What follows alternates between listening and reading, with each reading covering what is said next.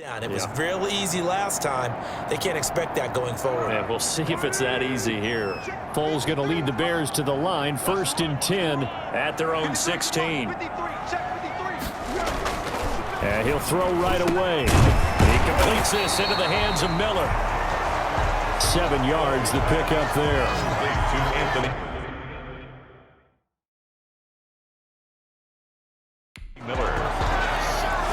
Nothing fancy on 1st down, but a very consistent type of a play.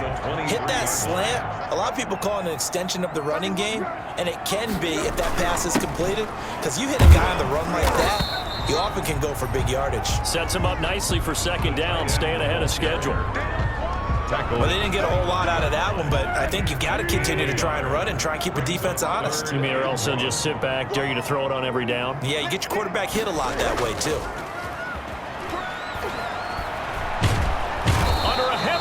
And down he goes.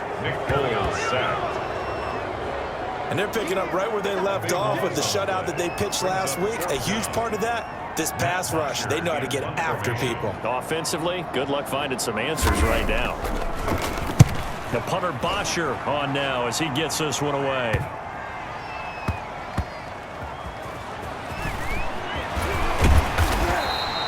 It's a 40-yard punt, but they lose yardage on the return. And the offense will take over with a new set of downs.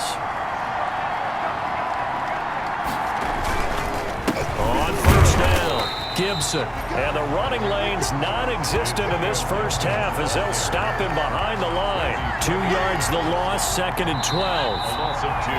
We've hit the 2-minute mark of the 1st half. All knotted up at 7. A reminder coming up just a few minutes from now, we'll send you to Jonathan Coachman and our crew in Orlando. Coach will have a look back at some of the stats and scores from yesterday's action. And this one will go to the 28-yard line.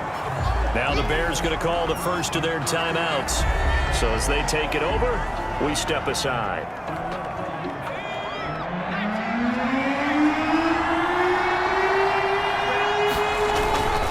On 3rd down, it's Gibson.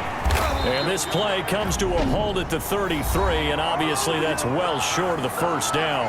Now the Bears going to use the 2nd of their timeouts.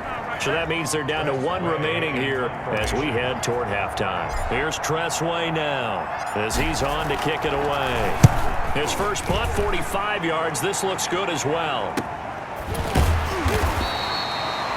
That'll be a 41-yard punt, just 1 yard on the return. 1st and 10. Here's Nick Foles as he heads back out to work. And maybe he's starting to wave the white flag a little bit. He's playing pretty well, but the pressure, it's got to him. Has to find a way to step around it, step through it, or just handle it. Because as you mentioned, he's having a pretty good day overall. Just the hits keep coming and taking those sacks. That's not the way that they want to finish a ball game with their quarterback on the ground so much. He'd like to stay upright. When he's been upright, he's been pretty good. Now the pressure comes and he goes down. Just inside the 10, back at the 9. Matt Ioannidis able to drop him that time for his 2nd sack of the evening. Pass protection has been a problem all night long as they come up facing 2nd and a bundle. Another try after the 1st down sack. Foles. And an incomplete pass.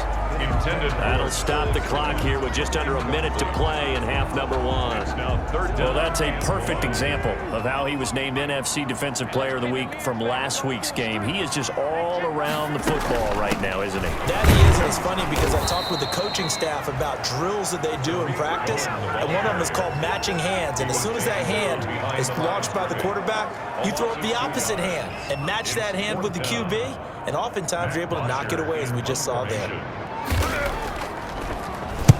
And the punt team on now as this one's sent away. He'll take it a few steps in front of the 50. And he'll be out just a yard or two shy of the 30. A very good return there. Give him an even 20 yards. And control of the football switching hands with very little time remaining until the half.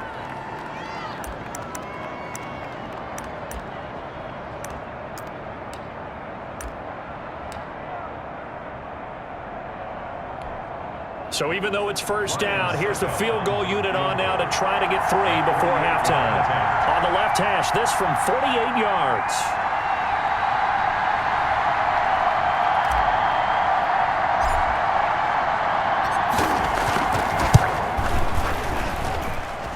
And that is no good.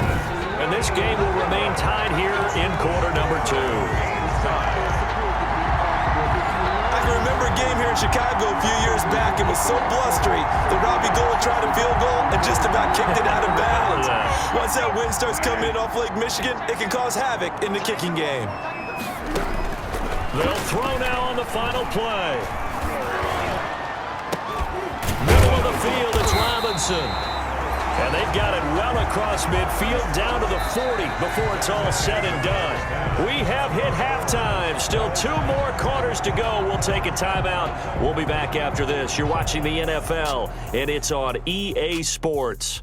It's in the game. Okay, Brandon, thanks very much. Welcome in, everyone, to our EA Sports Halftime Report. Let's get you caught up on what's going on around the NFL.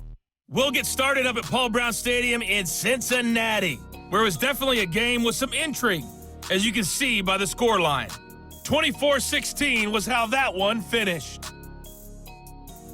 Next, we head off to check out another game, and they were winners in that game over the visiting Kansas City Chiefs.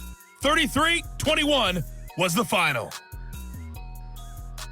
Finally, let's get to the country music capital of the world and see what's happening with the Titans at home in Nashville. And they were losers in that one as they fall to the visiting Seattle Seahawks. 23-17, the final score. Meanwhile, in our game, each team able to manage just 1 touchdown apiece. 7-7 is our score. And for the call of the second half, we send it back to our commentators, Brandon Godden and Charles Davis.